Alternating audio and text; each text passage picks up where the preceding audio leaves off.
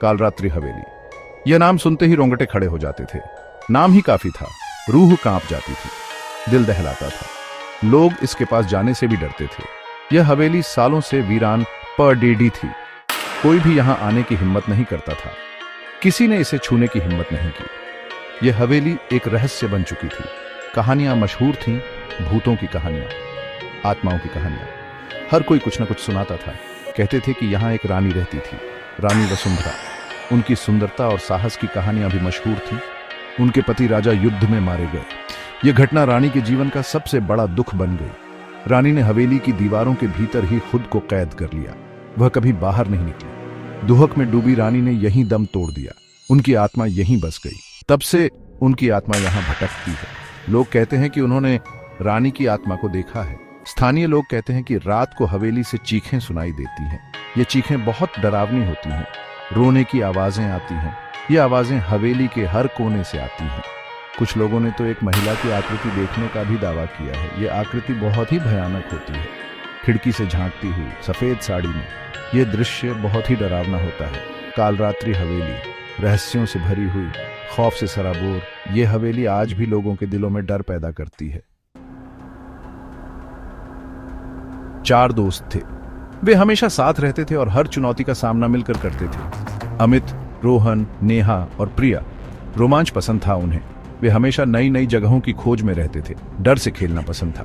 वे अपने डर को चुनौती मानते थे और उसे हराने की कोशिश करते थे। एक दिन उन्होंने फैसला किया, कालरात्रि हवेली जाना है।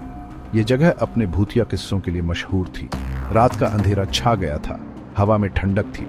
हवेली की ओर जाने वाला रास्ता सुनसान था। डर और उत्सुकता का मिश्रण था।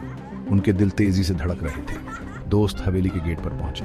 गेट बहुत पुराना और जंग लगा हुआ था। कर्कश आवाज आई, जैसे किसी ने बहुत समय से उसे नहीं खोला हो, जैसे हवेली उन्हें अंदर आने से रोक रही। लेकिन वे डरे नहीं और अंदर चले गए।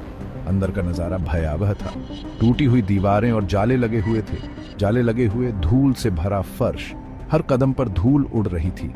हवा में सन्नाटा छाया हुआ था, जैसे समय वहीं रुक गया हो। सिर्फ उनकी सांसों की आवाज आ रही थी। हर कोई अपने डर को छुपाने की कोशिश कर रहा था। क्या यहाँ सचमुच भूत हैं? नेहा ने फुसफुसाते हुए पूछा। उसकी आवाज में डर साफ झलक रहा था। डर लग रहा है क्या? रोहन ने चिढ़ाते हुए कहा, लेकिन उसके चेहरे पर भी हल्की सी चिंता थी। एक कमरे से दूसरे कमरे में जाते गए। हर कमरा खाली था, फिर भी उन्हें ऐसा लग रहा था जैसे कोई उन्हें देख रहा है। एक अजीब सी ऊर्जा महसूस हो रही थी। अचानक एक तेज आवाज आई। एक दरवाजा जोर से बंद हुआ। नेहा और प्रिया चीख पड़ी।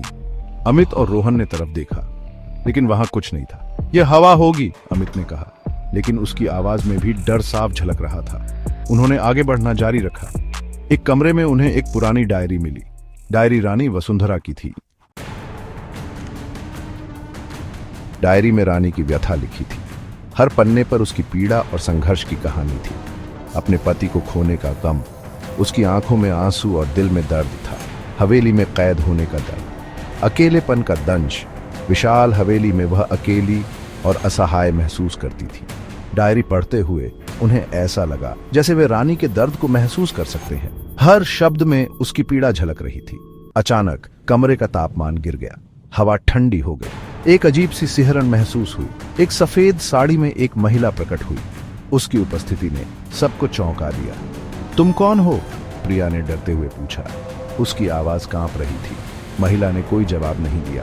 वह बस खामोश खड़ी रही। वह बस उन्हें घूरती रही। उसकी आंखों में एक अजीब सी चमक थी। उसकी आंखों में दर्द और गुस्सा साफ झलक रहा था, जैसे वह कुछ कहना चाहती हो। तभी अमित को ध्यान आया। उसने सब कुछ समझ लिया। यह रानी वसुंधरा की आत्मा थी। उसकी आत्मा अब भी इस हवेली में भटक रही थी। डर के मारे दोस्तों के होश उड़ गए। वे चिल्लाते हुए वहां से भागे। हवेली से बाहर निकलकर अपनी जान बचाई। अगले दिन उन्होंने पुलिस को बताया, लेकिन पुलिस को उन पर यकीन नहीं हुआ। उन्होंने कहा कि यह बस उनका वहम होगा। लेकिन दोस्त जानते थे कि उन्होंने क्या देखा था। वे रानी वसुंधरा की आत्मा से मिले थे। कालरात्रि हवेली का रहस्य बना रहा। क्या सचमुच वहां भूत रहते थे?